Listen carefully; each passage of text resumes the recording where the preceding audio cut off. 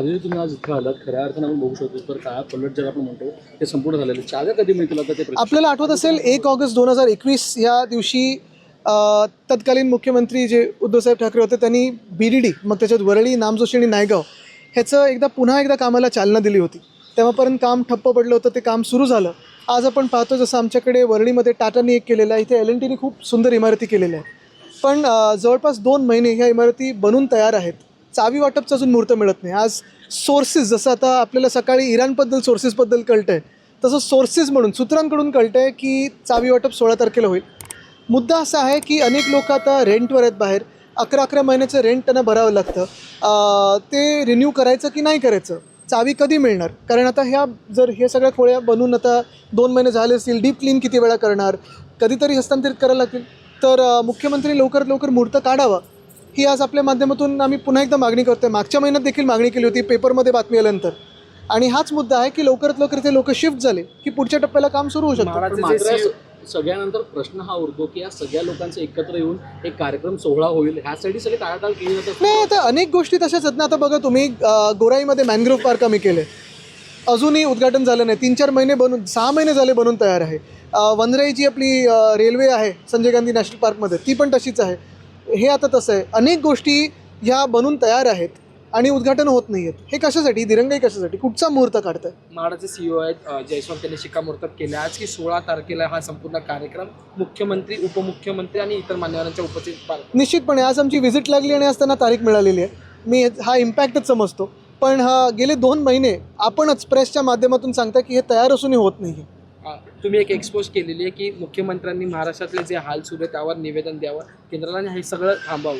आज आपण पाहिलं असेल अनेक रेस्टॉरंट्सकडून हे आपल्याला कळत आहे की रेस्टॉरंट्स बंद पडत आहेत गॅसमुळे, किंवा कुठे पाईप्ड गॅस जो आहे महानगरचा तो कमी पडायला लागलेला आहे. अनेक ठिकाणून अशाच्या बातम्या येत आहेत. भीती लोकांच्या मनात बसलेली आहे आणि माझं स्पष्ट मत आहे की मुख्यमंत्र्यांनी निवेदन करावं, किंबहुना प्रेस कॉन्फरन्स घ्यावी आणि आपले प्रश्न जे असतील ते पण त्याचं उत्तर द्यावं. कारण इराण युद्धामध्ये जे काही दुष्परिणाम आपल्याला भोगायला लागणार आहेत पुढच्या 2-3 महिन्यांसाठी, ते खूप भयानक असतील. ॲटलिस्ट आपली तयारी तर होईल, मनाची तयारी होईल, आणि काय नक्की दुष्परिणाम असतील आपल्याला कळतील. कारण पहिलं क्षेत्र जे आता इफेक्ट होणार आहे ते म्हणजे सेवा क्षेत्र आहे. आणि आपण पाहिलं असेल आर्थिक पाहणी अहवालामध्ये सेवा क्षेत्र हे महाराष्ट्रातलं वाढणारं क्षेत्र आहे. तेच जर इम्पॅक्ट झालं तर मग पुढे काय? कृषी क्षेत्र स्लोडाऊन दाखवत आहे. मॅन्युफॅक्चरिंगमध्ये देखील तेवढी ग्रोथ नाही आहे, ती पण जो स्लोडाऊन झाली त्याच्यावर कुठे ना कुठेतरी मुख्यमंत्र्यांनी चर्चा करणं गरजेची आहे. सर्वोच्च न्यायालयात आज पुन्हा एकदा शिवसेना पक्ष आणि चिन्हाची सुनावणी पार पडलेली आहे आणि आता तुमच्या दोन्ही पक्षाकडून सांगण्यात आलेली की आम्ही शेवटचा युक्तिवाद करण्यास तयार आहोत. तुम्ही सुनावणी आता एक चांगलं झालं, आज कोर्टाने आमचं बाजू ऐकून घेतलेली आहे आणि हे सांगितलेलं की 2 आठवड्यानंतर आम्हाला तारीख देतील. आज पण वेळ दिली होती त्यांनी तेवढीच. समोरच्या पार्टीला आर्ग्युमेंट करायचं नव्हतं, तरी देखील आम्ही सांगितले की रिटन सबमिशन जे दिलं आहे ते जे न्यायमूर्ती त्यांनी वाचून घ्यावं. मला वाटतं हा एक चांगला टप्पा पुढे आम्ही गेलेलो आहे आणि सगळ्यांच्या ज्या हे आहेत, आशा आहेत, ते अजून वाढलेल्या आहेत. जून 2022 पासून सुरू झालेलं ह्या प्रकरण 4 वर्ष झालेले, अवघ्या 3 महिन्यात पुन्हा एकदा जून लागेल तरी निकालीच निघत नाही. ह्या जानेवारीमध्येच जे ऑनरेबल आपले चीफ जस्टिस आहेत त्यांनी सांगितलं होतं, सन्मान्य चीफ जस्टिस साहेबांनी सांगितलं होतं की justice delayed is justice destroyed.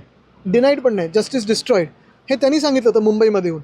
आणि तेच आम्ही पाहतोय की आता 3 निवडणुका होऊन गेल्या, अनेक वेगळे टप्पे होऊन गेले, अधिवेशनं होऊन गेली. कुठे ना कुठेतरी याचा निकाल लागला पाहिजे, सोक्षमोक्ष लागला पाहिजे. पण जसं मी सांगितलं की आजची जी सुनावणी झालेली आहे त्याच्यात आमच्या आशा पुन्हा एकदा वाढलेल्या आहेत, कारण कोर्टाने आमची बाजू ऐकून घेतलेली आहे. रिटन सबमिशन्स मागितलेले आहेत जे आम्ही सबमिट केलेले आहेत. आता समोरच्या बाजूकडून आर्ग्युमेंट होणं गरजेचं आहे. ते झालं की विषय मार्गी लागेल असं वाटायला लागलेलं आहे. Sir, in English, I want to ask you, like you are here, there is the multiple visits you are doing to provide the keys to the citizens. Like, how do you look into that? The BDD Naigaon has been ready for the last 3 or 4 months. They've done a fantastic job after we started off with the work on 1st August 2021.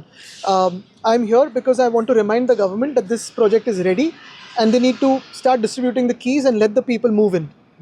Aditya, very importantly, as we all know, because of the LPG crisis which is going on entire country, which is affecting Mumbai as well. Apart from that, there is not even a single statement which has been given by the Prime Minister, not even by any state.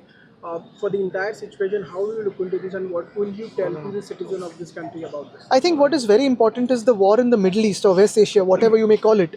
It's going to have its repercussions on our country and especially on Maharashtra. It is very important that the Prime Minister speaks directly to the nation, that he addresses a press conference, takes questions from the media people. Likewise, at our state level, the Chief Minister of Maharashtra should do that, because the war in the Middle East is going to affect our service sector, especially in Maharashtra, which is growing.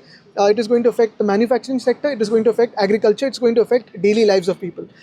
In such a scenario, we all understand that we will all have to face some hardships, but it is better that the Prime Minister makes us aware of the hardships that we will face as a country and takes questions from the people. One last question, come early and go early, which has been announced by the government. How do you look into this for the people, those are government employees, for the women, those are government? I think what is very important is, more than such schemes, we should ensure that whatever time the women want to come and go back home, they should be safe regardless of what time they come and what time they go.